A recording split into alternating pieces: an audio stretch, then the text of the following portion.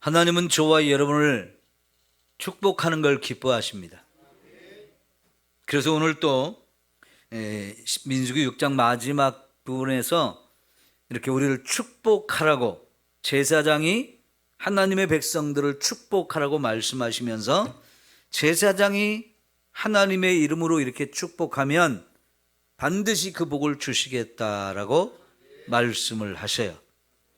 하나님이 왜 이렇게 우리를 축복하시나요? 그게 하나님의 성품이라 그래요. 여러분, 저와 여러분도 자녀들을 기르면서 어떻게 기르고 싶어요? 우리 자녀들이 복을 누리는 사람으로 기르고 싶잖아요. 그러니까 좋은 거 있으면 먹여주고 싶고, 입혀주고 싶고, 갖게 해주고 싶고, 공부도 많이 할 수 있도록 뒷받침해주고 싶고, 또 그 공부를 잘해서 아이들이 좋은 대학도 가고 좋은 직장에도 가고 평생 복을 누리며 살기를 원하죠. 왜 우리가 그런 마음을 갖는 거예요? 그게 우리의 성품이에요. 하나님이 그런 성품을 우리에게 주셔서 그래요. 그러니까 예수님께서 어떤 말씀을 하셨느냐면 악한 자라도 말이죠. 자식이 생선을 달라고 할 때 뱀을 주는 인간은 없다는 거예요. 그죠? 아무리 악한 인간이라도 다른 사람한테 막 악한 짓을 해도 내 자식이 생선 먹고 싶다 그러는데 야 이놈아 생선은 뭔 생선? 뱀이나 잡아먹어. 이럴 부모가 없다는 거죠. 그죠? 근데 그런 성품을 하나님이 저와 여러분에게 주셨잖아요. 근데 그 성품은 하나님의 성품이기도 해요. 그러니까 하나님은 본래 성품이 참 좋으신 분이라서, 성품이 너무 좋으신 분이라서 저와 여러분에게 축복하는 걸 기뻐하십니다. 그래서 자꾸만 축복하라고 그래요. 그리고 제사장이 이렇게 하나님의 이름으로 축복하면 언제든지 하나님은 자기 백성에게 이런 복을 주신다 그랬어요.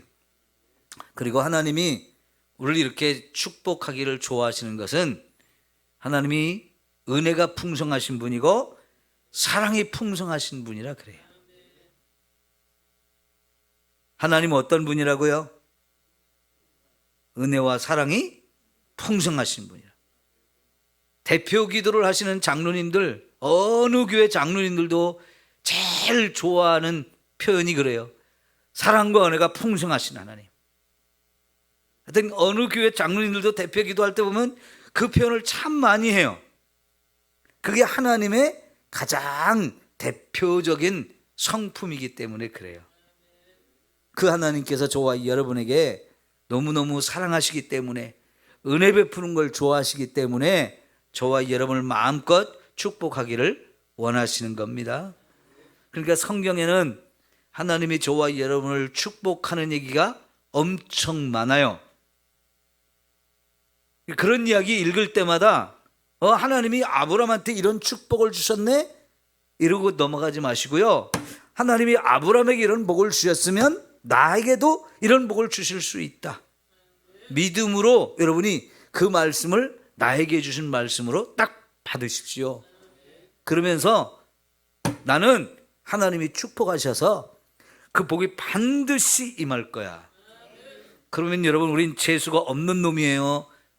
복을 받은 놈이에요? 복을 받은 사람이지. 네? 제가 중학교, 특히 중학교 다닐 때 우리나라 일제시대 때부터 이제 소설이라는 게 써지기 시작했거든요. 물론 이제 옛날에 조선시대에도 홍길동전 같은 거 몇 개 쓰여진 게 있어요. 근데 진짜 이제 소설이 많이 쓰여지기 시작한 게 일제시대 때부터거든요. 그래서 우리나라 근대 문학 뭐 이런 거, 그래서 소설들이 막 써지기 시작했는데요. 제가 중학교 때 그런 소설책을 많이 읽었어요. 재미가 있어서. 그런데 그 시대의 소설이나 이런 걸 보면 많이 등장하는 게 뭐냐면 재수 온 붙었다는 거예요. 그런데 여러분 저 어렸을 때만 해도 우리 사람들이요, 아, 재수 없어. 재수 없는 놈. 이런 얘기 참 많이 했거든. 그죠? 여러분, 스스로가 왜 자꾸 그런 말을 할까요? 자기 자신을 향해서. 그럼 진짜 재수 없는 사람 되지요. 물론 이 재수란 말이 점을 치고 이런 사람들에게서 나오는 좋지 않은 표현이기 때문에 요즘에 우리 예수 믿는 사람들은 이런 말을 안 쓰는 게 좋지만은, 자, 복도 지질이 없어. 이런 거보다는 나는 하나님이 축복하신 사람이야. 나는 잘 돼. 하나님의 축복으로 내가 하는 일이 잘 될 거야. 여러분, 이런 믿음을 갖고 사는 거 전혀 다르죠. 그러니까 여러분, 이제 우리가 11장에 가면 이제 민수기 11장부터 내용이 좀 막 달라지거든요. 어떤 내용이 달라집니까? 이스라엘 백성들이 하나님 앞에 원망하고 불평하고 안 된다고 하고 못한다고 하고 막 그러잖아요. 근데 하나님 뭐라고 하세요? 너희들이 한 그 말을 내가 들었는데 내가 들은 대로 할 거다. 그러죠. 그래가지고 우리는 가나안 땅에 못 들어갑니다. 거기 있는 사람들은 거인도 많고 힘도 세다 그러는데 우리는 절대 그들을 못 이깁니다. 이제 우리는 이 광야에서 다 죽을 겁니다. 그래서 차라리 여기서 우리 그냥 애굽으로 갈래요. 그걸 하나님이 다 들으셨잖아요. 내가 들은 대로 해줄게 그러시잖아요. 우리 말이 너무너무 중요하거든요. 너무너무 중요한데 하나님께서는 이제 하나님의 군대를 만들었어요. 하나님의 군대를 만들었는데 이 군대가 이왕이면 강한 군대가 돼야 되잖아요. 이제 나가서 싸워야 되는데 그 싸워서 이길 수 있는 힘 있는 군대가 되어야 하잖아요. 그런데 그 군대가 정말 강하고 힘이 있는 이런 군대가 되기 위해서 필요한 게, 첫째는 거룩하게 정결한 거, 두 번째는 화목한 거, 세 번째는 하나님께 자신을 자꾸 헌신해서 충성하며 살라는 거, 네 번째가 뭐냐면 내가 너희를 축복할 거다.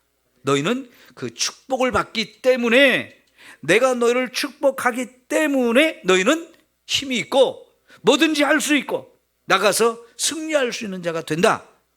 이런 확신을 갖게 해주시는 거예요. 예전에 어느 분이 이제 가정, 부부관계 이런 걸 잘하는 법을 가르치시는데요. 재밌는 걸 가르쳐 주더라고요. 여러분 이제 직장 다 끝나셨고 퇴직하셨지만 이제 직장에 나가는 젊은이들 있잖아요. 그러면 직장에 아침에 남편이 출근하려고 딱 이렇게 하면 온 식구가 문의 출입문까지 다 나와가지고 아내는 남편한테 여보 잘 다녀오세요. 또 애들도 인사하면서 아버지 잘 다녀오세요. 이렇게 인사를 하라는 거예요. 특별히 아내가 남편한테 탁 나가기 전에 여보 하나님이 당신을 오늘 또 축복하신다고. 오늘 또 당신이 잘할 거야. 회사 가서 맡겨진 일 잘할 거고 당신이 맡은 일 다 잘 될 거야. 하나님 당신 축복하신다고. 그렇게 용기를 불어 넣으면서 출근을 하게 하라는 거예요. 여러분 그 말을 듣고 출근하는 남편이 기분이 어떻겠어요? 그냥 보약을 한 접을 먹은 거예요. 한 접을. 예? 어깨가 막 이만큼 올라가고요. 다리에도 힘이 탁 들어가고요. 허리 딱 펴고 말이죠. 힘있게 직장을 향해서 가지 않겠어요? 근데 여러분 아침에 남편이 출근하는데 밥도 안 해주고 일어나서 잘 갔다 오라고 인사도 안 하고 그냥 자빠져서 잘 갔다 와. 전 눈도 못 뜨고 그러면서 보내면 그 남편이 뭔 힘으로 일하러 가겠어요. 에? 애들한테도 마찬가지예요. 애들한테. 그러니까 엄마들은 그러잖아요. 애들 보내면서 오늘 또 학교 잘 갔다 와라 그러면서 차 조심하고 그런 얘기 꼭 하는데 여러분 유대인들은요 오늘 학교 가서 선생님한테 질문 많이 해라 그런다는 거예요. 질문 많이 하라고.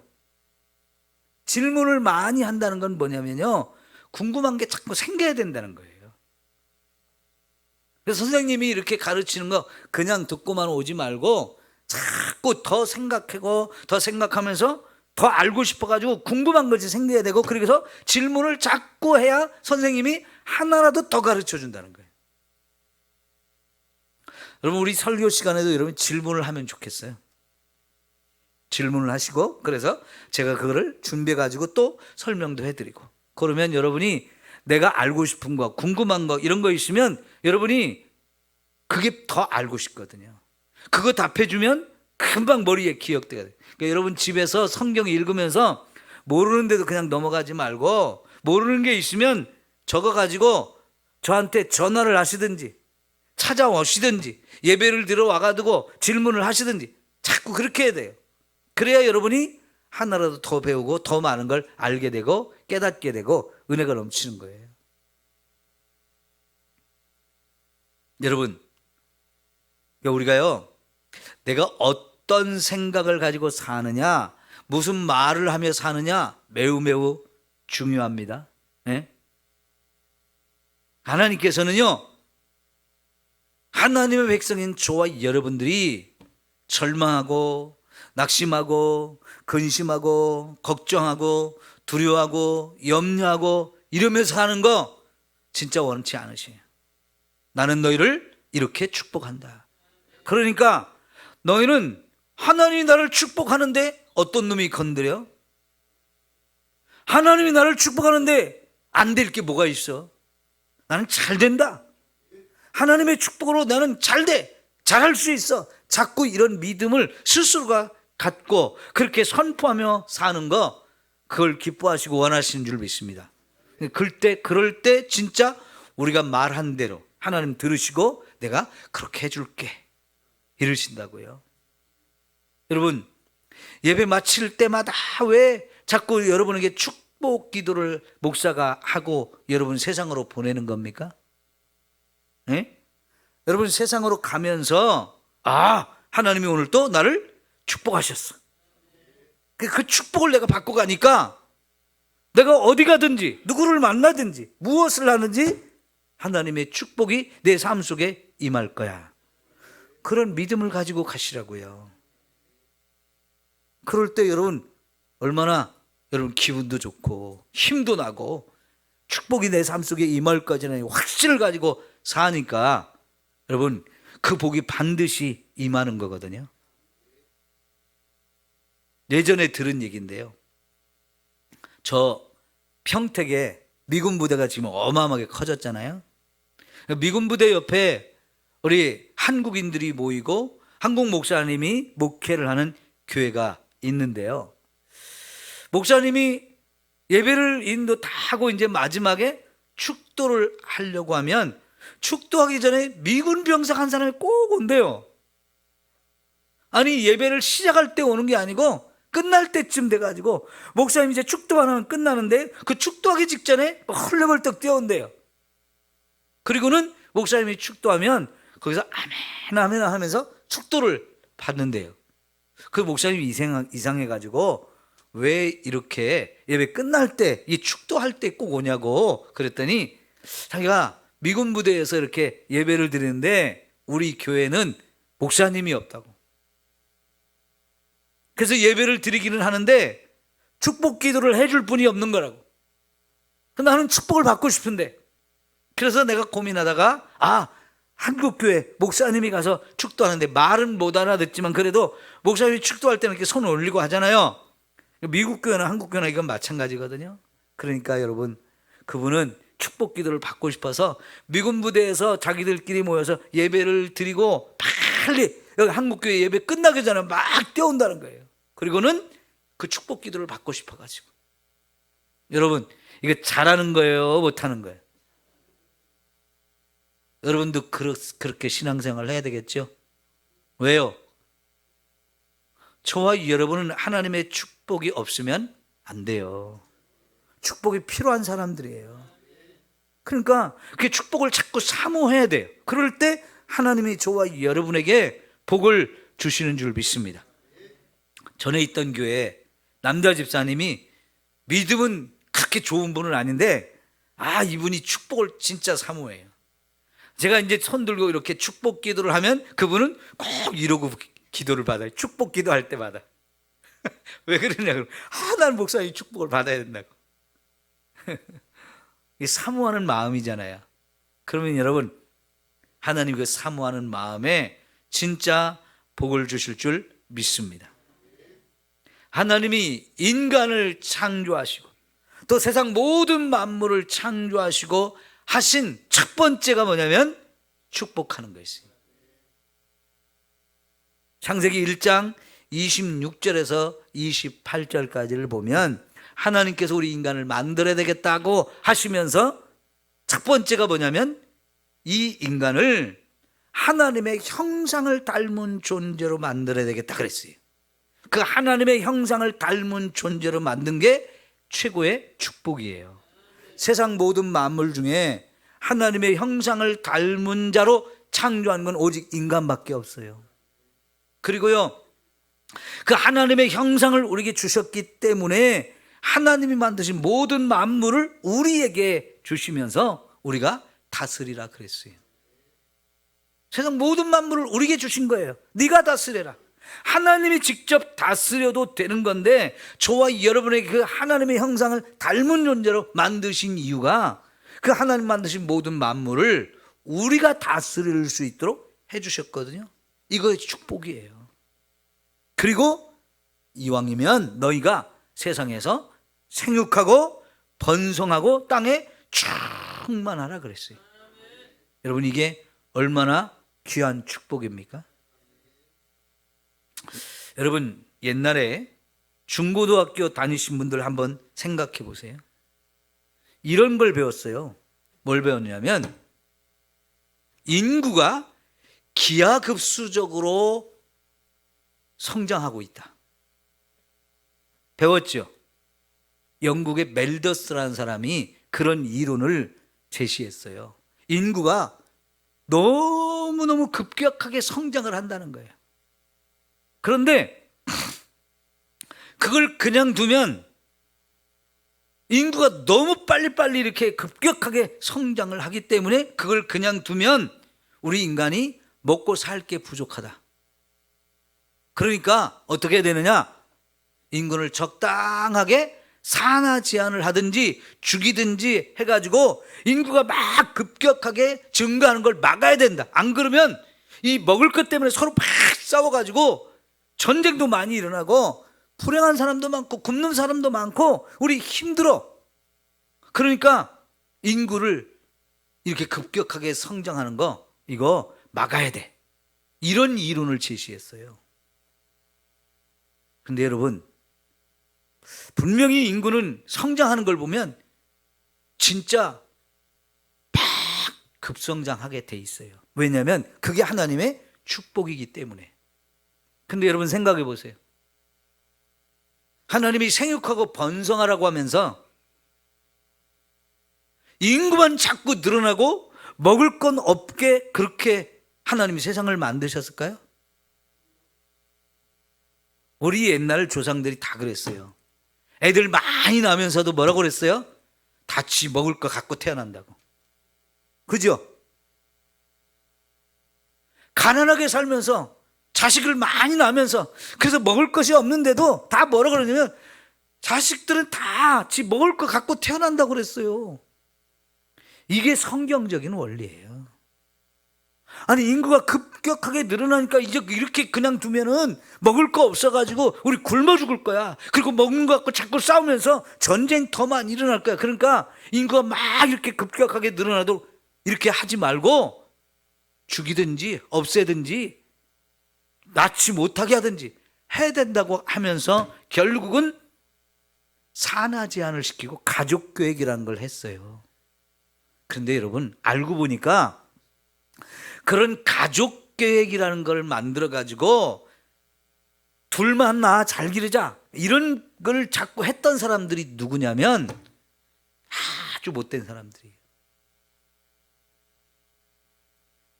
잘나고 똑똑한 사람만 자꾸 낳게 하고, 가난하고 공부도 못하고 비리비리하고 약하고 키도 작고 이런 것들은 낳지 못하게 하자 해가지고요, 그런 걸 위해서 그런 제도를 만든 거였어요. 우리는 몰랐죠. 여러분 몰랐죠. 그냥 정부에서 막 둘만 낳아 잘 기르자, 너무 인구 많으면 우리 못 산다, 그러지 않아도 먹고 있고 살기 힘든데 자꾸만 자식들 많이 나가지고 먹고 살기 점점 힘들면 안 된다 그러면서요, 점점 이 산하 제한을 시키고 가족교회 이런 걸 했거든요. 근데 여러분, 그런 걸 원래 미국에서 시작했던 인간들이 누구냐면 짐승들도요. 짐승들도 건강한 게 있고 비리비리한 게 있잖아요. 농사를 지어도 감자가 막 큼직큼직한 거 있지만은 조그만 것도 있고 그러잖아요. 그러니까 우리가 농사 지을 때 씨는 어떤 거 해요? 제일 좋은 것만 골랐다 쓰잖아요. 근데 그거를 사람한테도 적용을 시킨 거예요. 사람도 머리 좋은 놈, 똑똑한 놈, 건강한 놈, 키 큰 놈, 힘 센 놈, 이런 것만 자꾸 더 낳게 하고, 비리비리하고 약하고 키도 작고 별 볼 일 없고 머리도 안 좋고 이런 인간은 자꾸 없애버려야 돼. 이런 생각을 가진 사람들이 만든 게 인구 산하 제한 정책이었어요. 그러니까 막 인구는 급격하게 했는데 먹을 거 없다 하는 것도 성경을 못 믿는 인간이 한 거예요. 그걸 공산주의가 이용했고요, 그거를 진화론자들이 활용했고요, 그거를 이용해서 2차 세계전쟁을 일으킨 게 독일의 히틀러예요. 히틀러가 유대인들을 왜 그렇게 죽인 줄 아세요?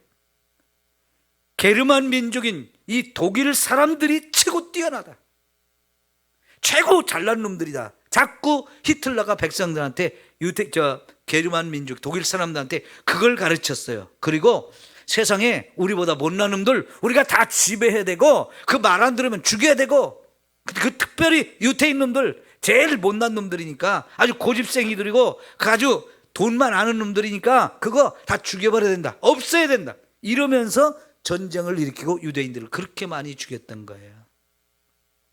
그게 학문적으로 우생학이라는 거예요. 우생학. 열등한 것들이 있고 잘난 것들이 있다는 거예요. 우등생이 있고 열등생이 있는데, 그 우등생은 자꾸 잘나게 해주고 열등생은 자꾸 죽여버리거나 없애거나 이래야 된다는 거예요. 이런 걸 이용한 사람들이 참 많았거든요.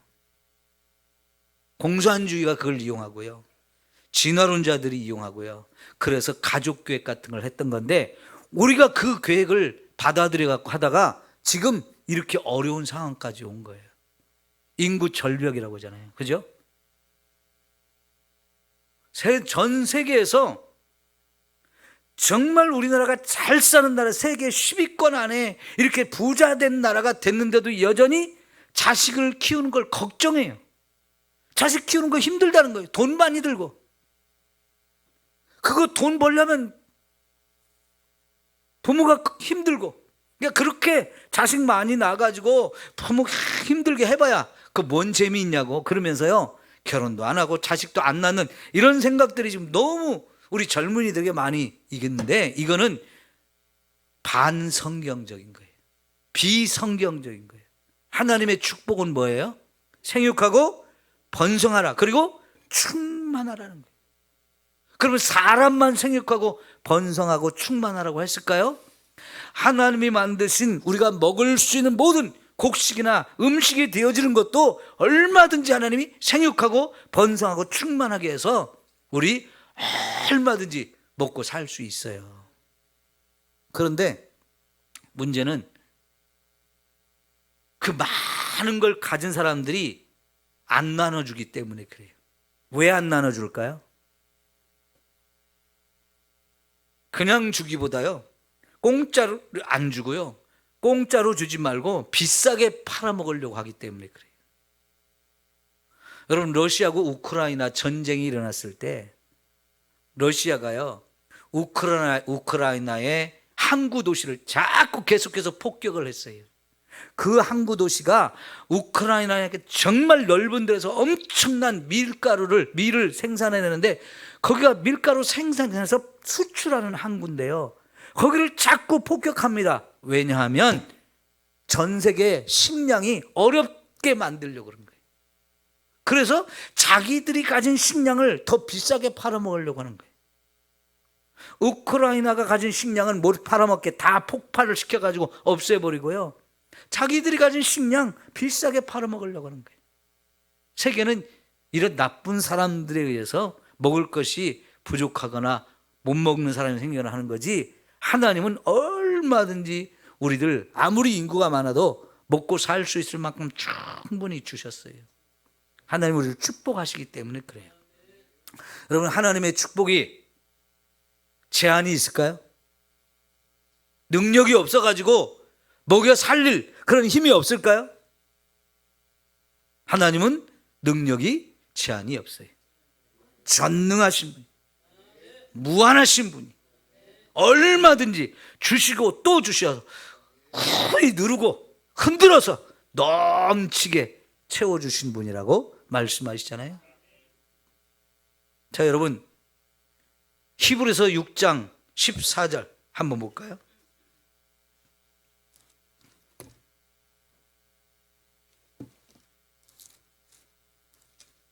여러분이 많이 보고 들은 그런 말씀일 거예요. 히브리서 6장 14절. 자, 시작. 이르시되 내가 반드시 너에게 복 주고 복 주되 너를 번성하게 하고 번성하게 하리라. 이렇게 하나님 말씀하셨더니 그가 이같이 오래 참아 약속을 어땠다고요? 받았다는 거예요. 하나님이 약속한 것이 이루어졌어요. 하나님은 뭐라고 말씀하세요? 이게 아브라함에게 하신 얘기거든요. 내가 너를 복 주는데 반드시 복 준다. 그런데 한 번만 주는 게 아니고 복 주고 또 복 준다. 그리고 너를 번성하게 하고 계속해서 번성하게 한다. 여러분, 히브리어에 반복하는 것이 강조법이에요. 한 번 하는 것보다 두 번 얘기하면, 똑같은 얘기를 두 번 하는 것은 반복하는 얘기거든요. 근데 복을 주되 또 복을 주어서 강조해가지고 반드시 준다고 하시면서 그래서 반복해가지고 그냥 한 번만 주고 마시는 분이 아니고 계속해서 주신다. 계속해서. 그리고 번성하게 하는데 더 번성하게 하셔가지고, 여러분, 아브라함은 그걸 믿고 기다려서 그걸 다 받았다고 그러잖아요. 하나님의 특징은 저와 여러분을 축복하기를 원하시는 거예요. 이 복을 저와 여러분 모두가 받읍시다. 네? 믿어야 돼요. 믿어야 돼요. 자, 다시 민수기 6장으로 돌아오셔서 다시 한번 볼게요. 아론과 그의 아들들에게 말하여 이르기를 너희는 이스라엘 자손을 위하여 이렇게 축복하라. 하나님이 제사장들에게 이스라엘 자손을 축복하라고 말씀을 하셔요. 그리고 27절을 보세요. 그들은 이같이 내 이름으로 이스라엘 자에게 축복할지니, 그러면 하나님이 어떻게 한다고요? 내가 그들에게 복을 주리라. 누구의 이름으로 복을 주셔요? 하나님의 이름으로 복을 주라고 그랬어요. 하나님의 이름으로 복을 주시라는 거예요. 그리고 그 하나님의 이름으로 제사장이 축복했지만 제사장이 그 복을 주는 게 아니고 제사장은 축복을 했지만은 그 복을 주시는 분이 누구냐? 하나님이라고. 내가 복을 줄 거라고. 하나님이 저와 여러분을 이렇게 축복하기를 원하셔요. 그럼 이스라엘 백성들이 우리는 하나님의 축복한 사람들이야, 우리는 하나님의 복을 받은 사람이야, 이런 믿음을 갖고 살면 사기가 충천하죠. 힘이 넘치죠. 자신감이 생기죠. 어디를 가든지 담대진단 말이죠. 그러면 그게 진짜 강한 군대, 힘이 넘치는 군대가 될 수 있는 거 아니에요? 그러니까 이게 하나님의 군대를 강하게 하는 너무나 귀한 요소 중에 하나예요. 자, 그러면 복의 내용들을 우리가 살펴보겠는데요. 파워포인트를 하나 띄워주세요. 하나님이 우리를 축복하는, 그럼 제사장을 통해서 축복하는 내용이 24, 25, 26절에 나오는데요. 자, 같이 읽어봐요. 시작. 여호와는 내게 복을 주시고 너를 지키시기를 원하며.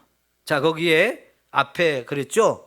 24절을 둘로 나누었어요. A, B로 나누어 가지고 A라고 쓰여진 부분은 A1, 그 다음에 B라고 쓰여진 부분은 B1. 자, 그 다음에 다음 절 시작. 여호와는 그의 얼굴을 내게 비추사 은혜 베푸시기를 원하며. 거기도 A, B로 나누어서 A는 이번에는 A2, B는 B2라고 붙였어요. 그 다음에 26절 시작. 여호와는 그 얼굴을 내게로 향하여 드사 평강 주시기를 원하노라. 여기도 A3, B3 이렇게 써놨죠. 네, 이게 이제 중요한 이 축복의 내용을 좀 더 여러분에게 이해하기 쉽게 하려고 이렇게 정리를 해놨는데요. 지금 이거를 다 그냥 세 개, 글씨를 좀 크게 만들어야 돼서 세 개로 나누어서 놨는데, 사실 요거를 좀 글씨를 작더라도 한 화면에 딱 담아서 보면 하나님이 A 1, 2, 3, B 1, 2, 3 이렇게 정리를 딱 해 놓으셨는데, 여기에 A에는 항상 뭐가 들어가냐면 여호와께서, 여호와는, 여호와의 이름이 다 들어가요. 원래는 히브리어에서요, 동사만 보면 그 동사 안에 주어가 들어있어요. 우리하고는 달라가지고 히브리어 이 단어를 보면, 동사 단어를 보면 그 동사 단어에 주어가 같이 들어있거든요. 그래서 주어를 따로 안 써도 되는데, 특별히 요 말씀에서 여호와는 하고 주어를 확실하게 또 얘기를 해요. 왜냐하면 우리를 축복하시는 분이 여호와라는 것, 우리를 축복하시는 분이 여호와라는 걸 계속해서 저와 여러분에게 강조해서, 하나님이 우리를 축복하신다, 하나님 우리를 축복하신다. 여러분, 찬송가 28장의 첫 번째 시작이 어떻게 돼요? 복의 근원 강림하사. 누가 우리의 복의 근원일까요? 하나님. 맞아요. 하나님이 저와 여러분의 복의 근원이 되시는 분이에요. 하나님만이 저와 여러분을 복을 주실 수 있는 분이에요. 여러분, 마을마다 있는 정자나무 밑에 가서 아무리 복 달라고 새벽마다 정한수 써놓고 빌어도 그 나무가 복 주는 거 아니에요.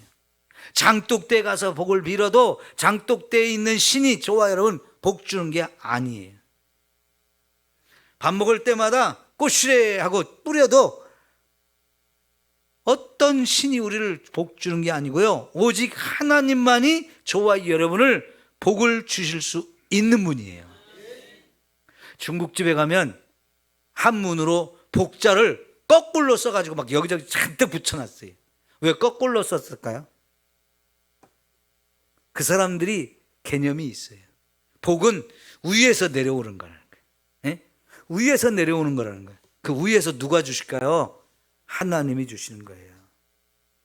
네? 중국 사람들 막 그 복 받고자 하는 마음이 너무 간절해가지고 막 잔뜩 써붙여놨어요. 여러분, 그 복을 하나님이 저와 여러분에게 주십니다.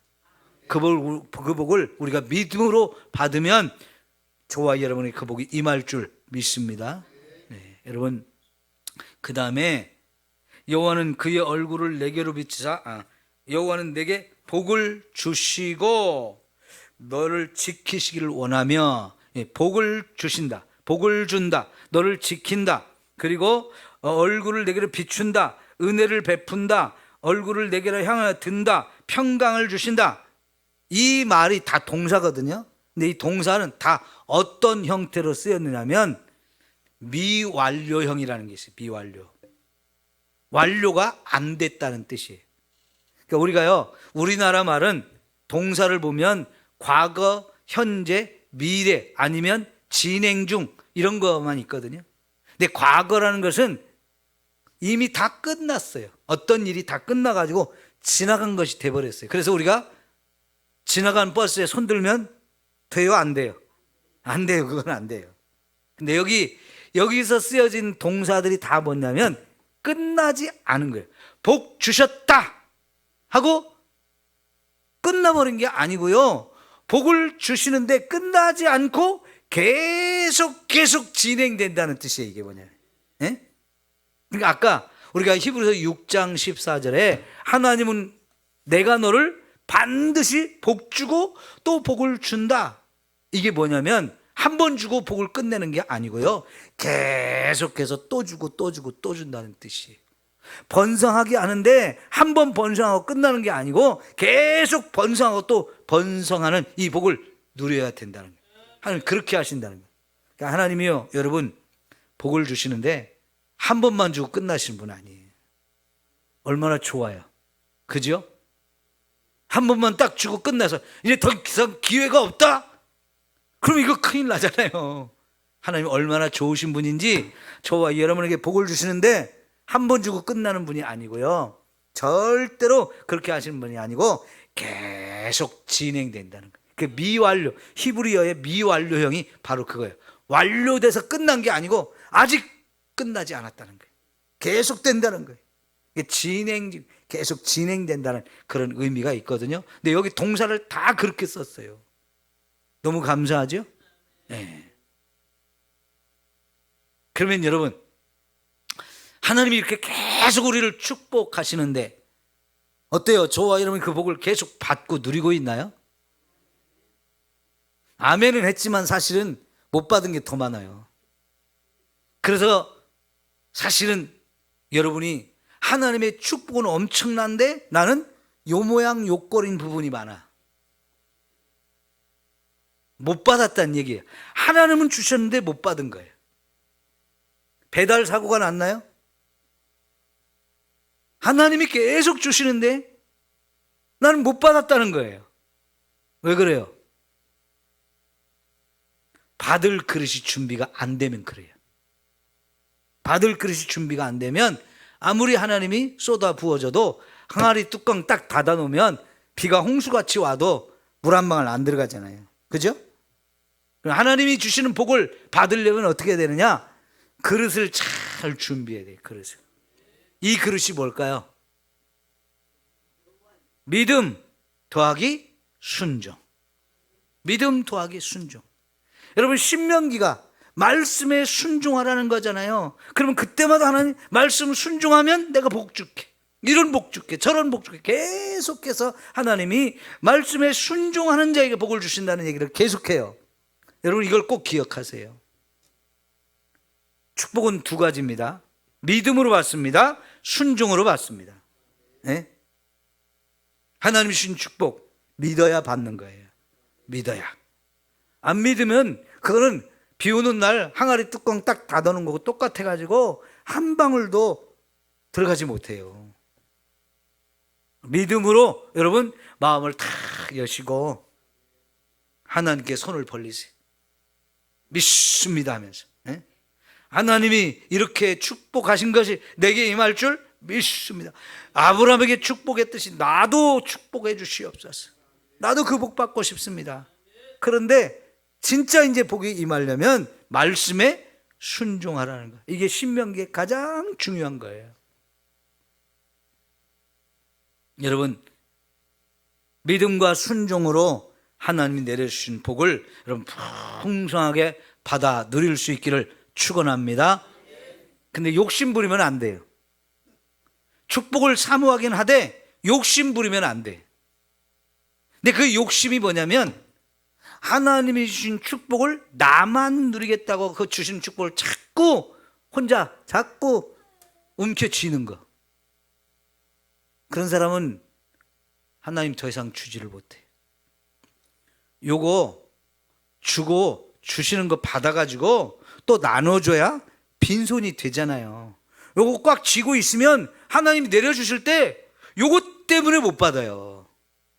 빨리 내려놓고 또 손을 벌려야 그릇이 준비돼야 받을 거 아니에요. 그런데 이미 꽉 채가지고 요거 가지고 혼자 막 자꾸 움켜쥐잖아요. 그러면 하나님이 쏟아부으셔도 내가 받을 곳이 없는 거예요. 네? 하나님은 우리의 복을 주실 때 욕심으로 나만 자꾸 이걸 누리려고 자꾸 싸놓고 막 움켜쥐고 그러지 말고 자꾸 나누어 주라는 거예요. 쓰고 빌려주면 풍성해져 그랬잖아요. 그죠? 쓰고 빌려주면 더 풍성해진다는 거예요. 그러니까 하나님께서요, 기업 무르는 이런 책임을 주시는 게 뭘까요? 내 형제가 옆에서 지금 먹을 것이 없고 가진 것이 없어서 지금 헐벗고 굶주리는데 나만 잘 먹고 잘 살겠다고 하는 사람은 이런 복을 못 주시는 거예요. 그런데 내 것을 풀어서 그 사람 땅도 다시 사주고 종도 그냥 내보내주고 이렇게 할 때 하나님은요, 야, 이 사람이 큰 그릇이구나.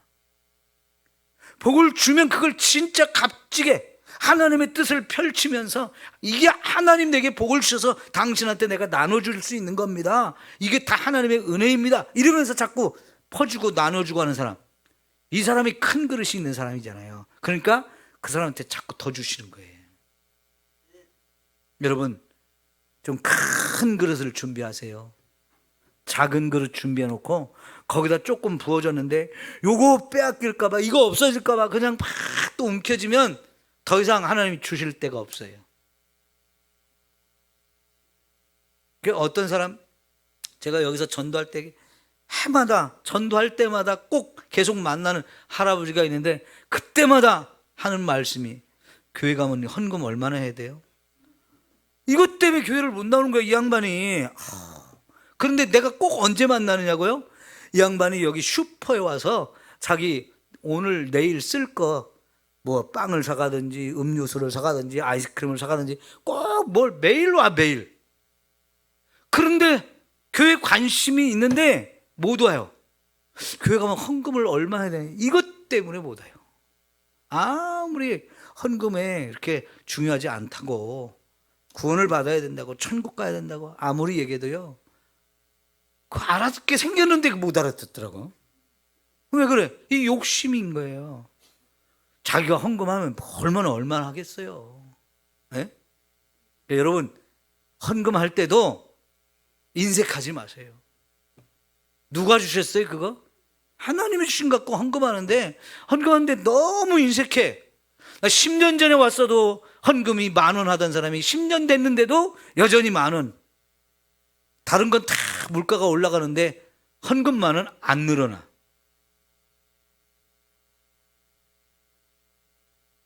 여러분, 자꾸 하나님께서 더 많이 들을 수 있는 사람이 되어야 되고요, 나누고 베푸는 것도 잘 할 수 있는 사람이 되어야 하나님이 그 그릇이 커서 진짜 더 많이 부어주시는 거예요. 네? 하나님 계속 쉬지 않고 또 주고 또 주신대잖아요. 그럼 또 받아야지. 오늘 한 번 받고 이게 땡, 아침 먹고 땡, 점심 먹고 땡 하면 안 돼요. 네? 계속 받고 또 받으셔야 돼. 그러려면 그릇을 준비하셔야 돼요. 여러분, 사르밧 과부가 먹을 것이 없을 때 기름도 다 떨어지고 밀가루도 다 떨어졌는데 마지막 그 한 번 남은 거, 이거 한 번 이제 밀가루 빵 구워 먹고 아들하고 굶어 죽을 거다라고 했는데 선지자가 와가지고 그거 나 배고프니까 빵 만들어 오시오. 문둥이 콧구멍에 마늘씨를, 호박씨를 빼먹지 그래. 그거를 가져오라고 합니까, 선지자가? 근데 이 여인이 순종했어요. 그랬더니 하나님이, 와, 그 가문 때요, 밀가루가 끓이지 않게 계속 채워지고 기름병에도 계속 채워져서 다른 집은 먹을 것이 없는데 그 집은 걱정이 없었어요. 왜 그래요? 믿음으로 비우니까 믿음으로 채우시잖아요. 이게 믿음입니다. 이게 순종이고요. 축복은 그렇게 받는 거예요. 네? 자, 여러분, 하나님의 축복이 뭐냐? 우리를 지켜주시기를 원하신다. 우리가 하나님이 지켜주셔야만 살 수 있는데요, 생각해보세요. 이스라엘 백성들이 광야에서 40년을 살았는데 자기들의 힘으로 이 광야 생활을 할 수 있었을까요? 처음부터 끝까지 하나님이 철저하게 그들을 지켜주셨기 때문에 가능했어요. 하나님이 그 얼굴을 향하여 내게 비춰주시고 나에게 은혜를 베푸시기를 원한다. 하나님은 지켜주신 것을 끝나지 않고 은혜도 베풀어 주신다는 거예요. 더 나아가서 세 번째는 하나님이 우리에게 평강 주시길 원하신다는 거예요. 이거는요 점증법입니다.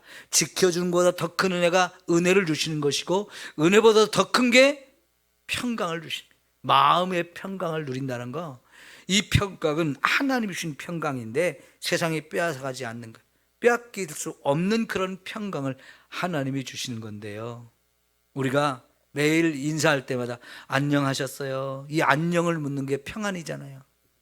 너무나 전쟁을 많이 겪었던 우리 민족이 만나기만 하면 안녕하시냐고, 안녕하시냐고. 미국 인사도 How are you? How are you? 자꾸 물어보거든요. 그러면 그 말을 들은 사람들이 I'm fine, 좋아, 자꾸 이러잖아요. 이게 평안이거든요. 어느 나라 사람들 간에 평안을 최고의 축복으로 말하는데 이것이 히브리어로 샬롬이에요. 샬롬. 하나님은 저와 여러분에게 샬롬의 축복을 주실 수 있는 분인데요, 최고의 은혜가 샬롬이에요. 근심, 걱정, 두려움, 염려 이런 게 싹 사라지고 내 마음에 평강이 임하는 거, 이거 하나님이 주셔야 가능해요. 여러분, 하나님이 정말 지켜주시고 은혜를 부어주시고 또 풍성하게 부어주시되 평강을 주시기를 축원합니다. 이런 은혜 여러분 믿음으로 순종으로 많이 받으며 누리며 살기를 축원합니다. 기도합시다.